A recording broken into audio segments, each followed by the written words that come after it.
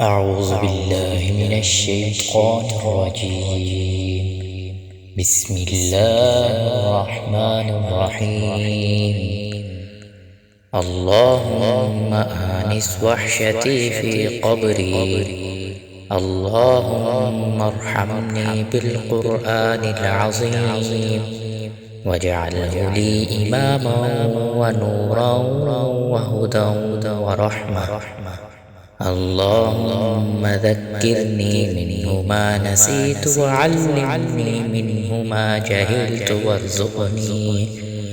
وارزقني تلاوته آناء الليل وآناء